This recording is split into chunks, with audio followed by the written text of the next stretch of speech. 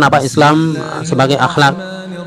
Teman-teman sekalian, tidak satupun sisi kehidupan Muslim yang tidak terwarnai oleh akidah dan akhlak. Konsep akhlak dalam Islam terbentuk dari konsep hubungan manusia dengan Allah Subhanahu wa taala. Konsep hubungan antara yang diciptakan dengan yang menciptakan. Konsep hubungan ciptaan dengan penciptanya, yakni manusia sebagai ciptaan dan Allah yang menciptakannya. Allah adalah sang khalik dan manusia adalah makhluk ciptaannya. Makhluk dituntut untuk berkomitmen untuk mensyukuri penciptaan dirinya dengan sikap dan perilaku yang benar sesuai dengan kehendak sang penciptanya, sesuai dengan kehendak Allah Subhanahu wa taala. Kemudian Allah menurunkan kerangka akhlak itu kepada manusia melalui utusannya, melalui para nabi dan rasul. Akhlak ini menyatu dengan seluruh sistem kehidupan manusia. Akhlak ada dalam akidah, akhlak ada dalam ibadah, akhlak ada dalam syariat, bahkan akhlak ada dalam seni dan budaya. Rasulullah bersabda, hadis riwayat Baihaqi, "Innama bu'istu liutamima makarimal akhlak." Aku diutus adalah untuk menyempurnakan akhlak. Akhlak ini harus selalu ditunjukkan dalam berinteraksi. Akhlak ini harus terus diwujudkan, ditunjukkan dalam berinteraksi dengan Allah Subhanahu wa taala, dalam berinteraksi dengan Rasulullah sallallahu alaihi wasallam, dalam berinteraksi dengan diri kita sendiri, dalam berinteraksi dengan sesama manusia, dan berinteraksi dengan alam semesta atau makhluk hidup lainnya. Saudara sekalian, akhlak kepada Allah, akhlak manusia kepada Allah intinya adalah manusia beribadah kepada Allah Subhanahu wa taala, kepada zat yang telah menciptakan dirinya, dan tujuan dari penciptaan dirinya adalah untuk beribadah kepada Allah. Dalam surat Az-Zariyat atau surat ke-51 ayat 56 Allah berfirman, "Tidaklah aku dijadikan jin dan manusia kecuali untuk beribadah kepadaku." Jadi beribadah kepada Allah dapat diwujudkan dengan menjalankan segala perintah Allah dan menjauhi segala larangan-larangan Allah. Jadi teman-teman sekalian, akhlak kepada Allah Subhanahu wa taala dapat diwujudkan dengan menjalankan segala perintah-perintah Allah dan menjauhi segala larangan-larangan Allah. Kemudian akhlak kita kepada Rasulullah, akhlak kepada Rasul dapat diimplementasikan, dapat diwujudkan dengan mencontoh Rasulullah sallallahu alaihi wasallam. Rasulullah adalah contoh terbaik dari Allah dan Allah memerintahkan agar kita menjadikan beliau contoh atau suri tauladan dalam menjalani kehidupan kita di dunia ini. Kewajiban seorang muslim adalah berterima kasih kepada Rasulullah SAW, kemudian mengimani beliau adalah Rasulullah atau utusan Allah Subhanahu wa taala.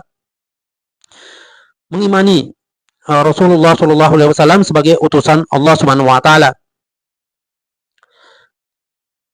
Mewajibkan seorang muslim terima kasih, kemudian mengikuti ajaran-ajarannya dan menjauhi segala larangannya. Ya, ini intinya adalah kita taat kepada Rasulullah dan meneladaninya dalam meneladani beliau dalam taat kepada Allah Subhanahu wa taala.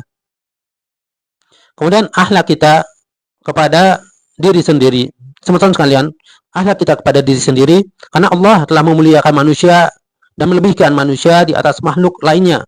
Sebagaimana seorang manusia muslim tidak boleh menghinakan dirinya.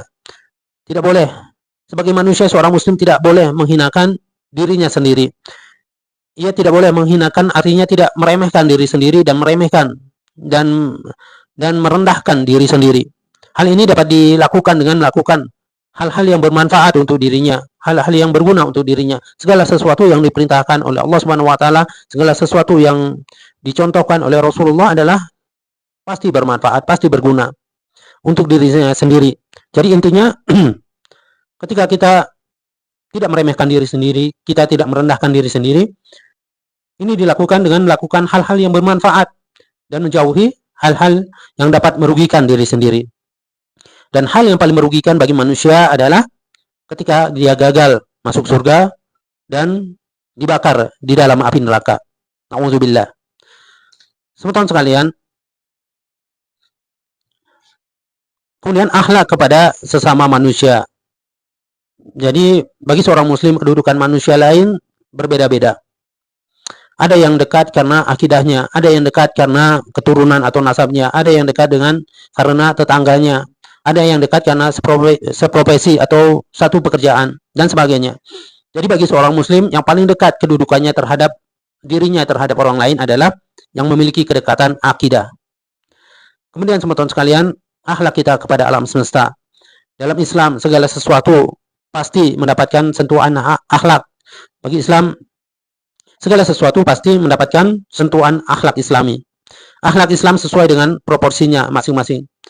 Rasulullah Shallallahu Alaihi Wasallam bersabda bahwa Allah telah mewajibkan berbuat baik kepada segala sesuatu. Allah telah mewajibkan berbuat baik kepada segala sesuatu, bahkan kepada musuh sekalipun. Jadi teman-teman sekalian, sebagai akhir dari live streaming kita dalam live streaming Demen Ngaji, yakni hakikat akhlak adalah membersihkan diri dari sifat-sifat tercela dan menghiasinya dengan sifat-sifat terpuji. Saya ulang sekali lagi, hakikat dari akhlak adalah menghindarkan diri dari sifat-sifat tercela dan menghiasi diri dengan sifat-sifat terpuji. Demikian teman-teman sekalian, saya akhiri, wabillahi taufik wal hidayah. Wassalamualaikum warahmatullahi wabarakatuh.